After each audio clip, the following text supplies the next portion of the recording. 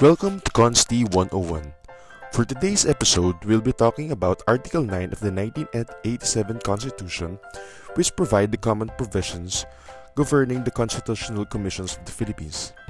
Section 1 identifies the commissions and defines their general powers. The Civil Service Commission has the power over the personnel of government offices. The Commission on Elections administers all electoral processes. And finally, the Commission on Audit is in charge of the auditing work of all these offices. In order to protect their integrity, all such commissions have been deemed independent constitutional bodies. In order to maintain this independence, as well as to avoid conflicts of interest, Section 2 prohibits members of the constitutional commissions from holding any other office or employment or engaging in the practice of any profession which may be affected by the functions of his office.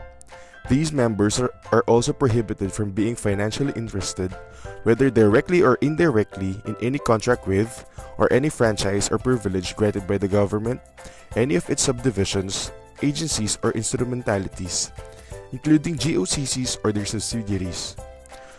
Note though that these chairmen and commissioners aren't prohibited from owning or managing businesses in general.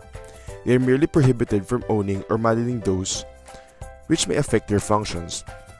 You may ask, how then do these chairmen and commissioners remain financially interested in the fulfillment of their public duty? Section 3 protects the salaries of these chairmen and commissioners from diminution during their continuance in office. Such salaries shall be fixed by law and shall not be decreased throughout the same period. A good example of how these rules come to play is the case of Funa versus Chairman. This is Francisco Duque III. He was appointed by then President Gloria Macapagal Arroyo as chairman of the CSC in 2010. This appointment was subsequently approved by the COA, which was followed by the issuance of EO 865. Which made Duque an ex-officio member of the board of directors or trustees of the following government-owned and controlled corporations: GSIS, PhilHealth, Employees Compensation Commission, and the Home Development Mutual Fund, which, as you know, is a big no-no according to Section 2 of the Common Provisions on Constitutional Commission. Now that we know that these chairmen and commissioners cannot do and how their salaries are protected, let's move on how they are appointed. Section 4 states that the chairman and commissioners of these constitutional commissions shall be appointed in accordance with the law, subject, of course, to the rules and laws promulgated by the Civil Service Commission. Accordingly, the CSC provides for all the laws, rules, and regulations which must be complied with regarding issues on appointments. Isn't that something? As previously discussed, the CSC, COMELEC, and COA are all expected to be independent and free from conflicts of interest, as much as practicably possible. In the furtherance of this goal, Section 5 vests these commissions with fiscal autonomy. What this means is that the annual appropriations, as approved by the commissions, shall be automatically and regularly released by the Department of Budget and Management without the need for a submission of a report from the Commission, the DBM.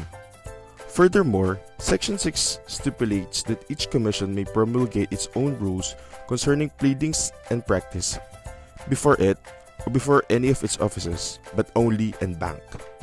This power, however, is not unlimited, as such rules shall not diminish, increase, or modify substantive rights. As a result, the Supreme Court and Congress cannot judge or disprove the CSC's, COMELEC's, and COA's internal rules except in instances where the former exercises their power of judicial review. In fact, in cases of conflict between a rule of the Commission and a rule of court, the rules of the Commission shall prevail if the proceeding is before the same. Similarly, the rules of the Commission give way to the rules of the court in case the proceeding is before the latter. So how exactly will these commissions decide cases or matters brought before them? First, Section 7 provides that since the CSC, COMELEC, and COA are all collegial bodies, a majority vote is sufficient to decide the case. If the Commission sits en banc, then the concurrence of majority of all its members is required. But if it sits in divisions, then only the concurrence of the majority of all the members in said division is necessary. It is important to know that if a commissioner retires before a decision is promulgated, his vote will not count, according to Dumayas Jr. versus Comelec. The same section further provides that regardless of whether the commission sits en banc or in divisions, they may not promulgate a rule which require unanimity in deciding a case.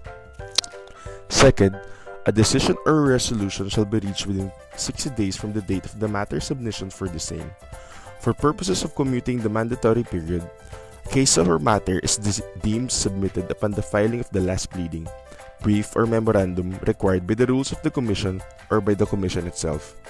On the other hand, a decision is deemed to be reached when the draft of the same is signed and promulgated, according to Ambil Jr. versus Comelec. However, the Supreme Court ruled that failure of the Commission to decide or resolve the matter within this period does not affect the merits of the case. This is in order to prevent the Commission from making any hurried decisions. Third, any decision, order, or ruling of each commission may be brought to the Supreme Court on certiorari by the aggrieved party but within 30 days from receipt of a copy of the same.